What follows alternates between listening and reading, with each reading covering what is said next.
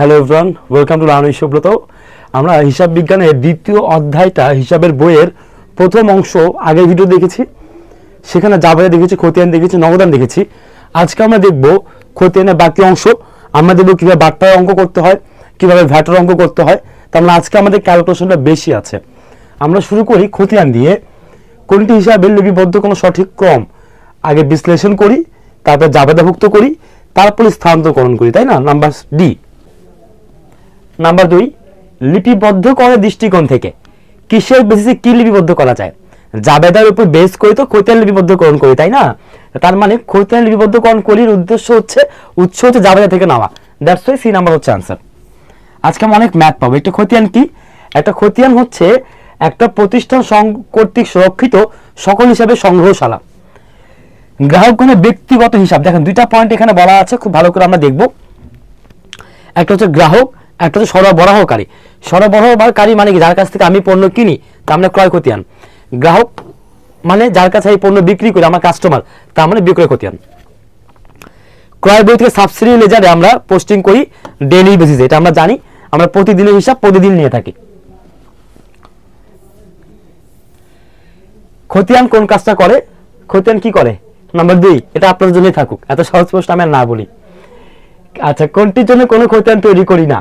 কারবারি বাট্টা, এটার জন্য না আমরা কোনো জাবেদা, না খতিয়ান, নগদান, জামিল কিছুই তৈরি করি না। একটি খুচরা নগদান তহবিলের উদ্দেশ্যটা কি? দেখেন, একটা খুচরা নগদ তহবিল সম্পর্কে সত্য নয় করলে, সরি, খুচরা নগদ তহবিল তো এক বছরের জন্য তৈরি করি আমরা? অবশ্যই না, প্রতি মাসে তৈরি করি। অগ্রপত্র খুচরা নগদান পদ্ধতিতে ক্যাশিয়ার শেষে যে অর্থ আমরা সময় দিয়ে দিই সেটা কি? অ্যাকচুয়ালি মাসের শেষে যে ব্যয় হয় এটাই অগ্রপদ্ধত্ব পদ্ধতিতে এটা আমরা নিয়ে নিই। এটা ম্যাথমেটিক্স সলিউশনে দেওয়া আছে, আমরা দেখব।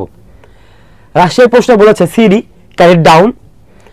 এই যে কোশ্চেনটা এখানে বলা হয়েছে আপনার খরচ হচ্ছে 1460 টাকা, আপনি নেবেন কত? 1460 টাকায় তো নেবেন।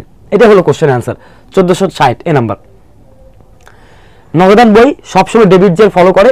আমরা প্রথম ভিডিও দেখব। হ্যাঁ, প্রথম ভিডিওর লিঙ্কটা আমি ডিসক্রিপশনে দিয়ে দিব।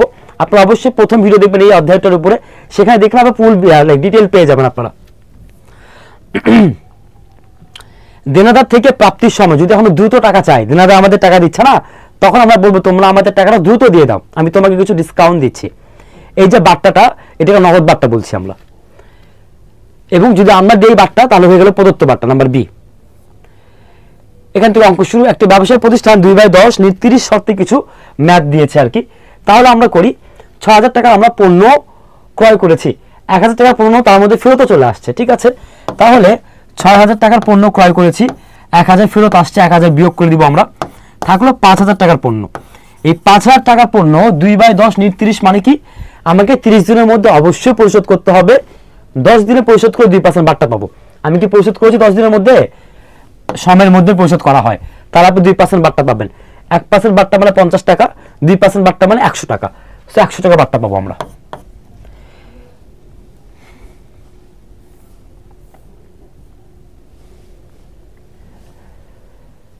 প্রাপ্য হিসাবে 10% বা 1000 টাকা তাকে মওকুফ করে দিলেন। এই হিসাবটা কি? অবশ্যই এটা বাট্টা। কোন বাট্টা? যে বাট্টা নগদ টাকা পরিশোধ করার সময় পাই তাকে বলে নগদ বাট্টা। Number C. নাম্বার 4, 750 টাকার পণ্য, 750 টাকার পণ্য 50 টাকা ফেরত, তাহলে থাকলো 700 টাকা। এটা 2/10 30 আমরা জুনের 13 তারিখে কিনেছেন, জুনের 23 তারিখে আমরা 10 দিনের মধ্যে টাকাটা পেয়েছি আমরা। তাহলে আমরা 2% বাট্টা পাবো, তাই তো? 2% বাট্টা ধরি, 7 2% 14 টাকা বাট্টা। তো 14 টাকা বাদ দিয়ে দিই আমরা 686 টাকা এর কাছ থেকে পাবো। Number C.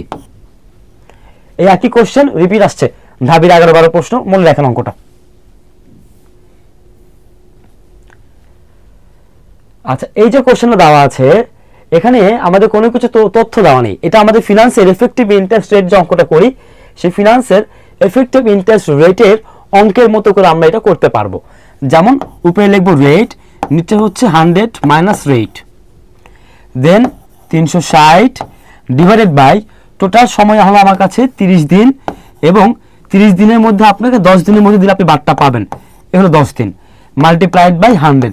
এটা হচ্ছে আমার কাছে এফেক্টিভ ইন্টারেস্ট রেট বের করার জন্য ফর্মুলা। তাহলে আমরা রেটটা জায়গাতে লিখে দিই। রেটের টাকা তো আমরা জানি, রেট কত বলা হয়েছে? 2%, তাহলে এটা হবে 2%, এটা হচ্ছে 100 মাইনাস 2, তার মানে বলতে পারি এটা হচ্ছে 98%।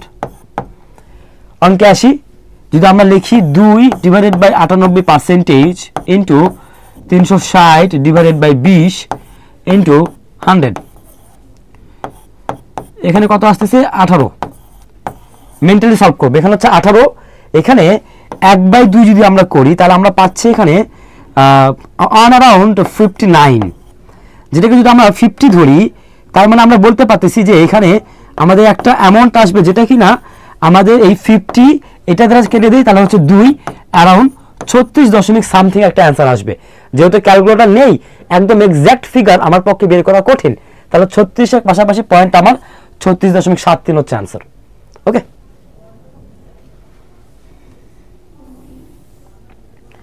দ্রুত দেনা পরিশোধ করতে চান আপনি, নগদ বার্তা দেন, 2,000 টাকা দিয়ে দিবে নগদান বার্তা। আচ্ছা, এটা খুব বেসিক, এটা আপনারা আমি দেখে দিচ্ছি। 600 টাকা দরে একটা পণ্য আমরা কিনেছি, এখানে 50টা পণ্য, তাহলে আমাদের কাজ হচ্ছে 50 ইন্টু 600, 3,000 টাকা, যার মধ্যে 20% বার্তা ছিল, তাহলে 600 ইন্টু 50, 5 6 30, 30,000 টাকা, যার মধ্যে 20% কাবেই বার্তা, 10% 3,000, 20% হবে 6,000, বার্তা বাদ হয়ে গেল 24,000 টাকা। এখন বলা হয়েছে এর মধ্যে আবার 5% আমাদের নগদ বার্তাও আছে, তাহলে 24,000, 10% হচ্ছে 2,400, 5% হচ্ছে এর হাফ 1,200, মাইনাস করে দিব আমরা, চলে আসতেছে 21,800 টাকা হচ্ছে অ্যান্সার, সরি 22,800 টাকা হচ্ছে অ্যান্সার। এটা অ্যান্সার নাম্বার সি। গুচ্ছর প্রশ্ন দেখি, রিপিট কোশ্চেন, ঢাবির প্রশ্ন গুচ্ছতে হুবহু আসছে, আমরা সলভ করে নিব, একটু ফ্ল্যাশব্যাকে যান, ভিডিওতে পেয়ে যাবেন আপনারা নিজেই। সেম কোশ্চেন আপনারা করবেন, করে আমাকে কমেন্টে জানাবেন। কোশ্চেন কি, 12,000 থেকে 2,000 বাদ 10,000, 10,000-এ 2% করবো আমরা, 200 টাকা চলে আসবে অ্যান্সার। আচ্ছা, এটাকে কি জানে, কি নির্দেশ করে, এটা আমরা আলোচনা করেছি, আবার বলছি, 2/10 নিট 30 মানে 10 দিনে পরিশোধ করতে হবে, তাহলে 2% বার্তা পাবেন। নিট 30 দিন অবশ্যই পরিশোধ করবেন। 1/10 মানে 10 দিনে পরিশোধ করলে 1% বার্তা পাবেন। n/10 মানে সম্পূর্ণ টাকা আপনি অবশ্যই মাসের প্রথম 10 দিনের মধ্যে পরিশোধ করবেন। EOF মানে এন্ড অফ দ্য মান্থ, মনে রাখবেন। বিক্রয়ের উপরে মূসক কি স্যার? আমরা বলেছি বিক্রয়ের উপরে যদি আমরা কোনো প্রকার মূসক মূল্য সংযোজন কর দিয়ে থাকি, এটা ক্রেতার জন্য ব্যয়, বিক্রেতার জন্য দায়, সরকারের জন্য আয়, তাহলে এটা আমার জন্য দায়। এটা বিক্রয়কারীর কাছে ভ্যাট হচ্ছে এক ধরনের দায়। ভ্যাট হিসাব কোনটা ডেবিট করি? ভ্যাট চলতি হিসাব। ডেবিট বা ক্রেডিট যাই আসুক, ভ্যাট চলতি হিসাব করি আমরা। 1,000 টাকা ভ্যাট প্রদান করেছে এবং ভ্যাট সব বিক্রি করেছে 1300 টাকা, 1300 বিয়োগ 1,000, ভ্যাট পেয়ে গেলাম 300 টাকা, সহজ। তবে এটা যদি এত সহজে না আসে, তখন আমরা ভ্যাটের জন্য কিছু সূত্র বের করি। আমরা জানি যদি কোনো কিছু উল্লেখ না থাকে, তখন আমরা করতে পারি আমাদের যে ক্রয় মূল্য থাকবে, সে ক্রয় মূল্যের সাথে সরাসরিভাবে ভ্যাটের হারটা দিয়ে আমরা অঙ্ক করতে পারি, হার ভাগ 100, যদি এটা অন্তর্ভুক্ত না থাকে। আর যদি বলা হয় ভ্যাট ইনক্লুড করা আছে, ভ্যাট সহ, যদি আমাদের কাছে প্রশ্ন দেওয়া থাকে ভ্যাট সহ কোনো পণ্যের দাম, আমরা ভ্যাট কিভাবে বের করব? ক্রয় মূল্য, উপরে লিখবো হচ্ছে হার, নিচে লিখবো 100 যোগ হার। সাধারণত বাংলাদেশে পণ্যের সাধারণ পণ্যের উপরে ভ্যাট হচ্ছে 15%, তাহলে 15 ডিভাইড বাই 115 হবে। ওকে,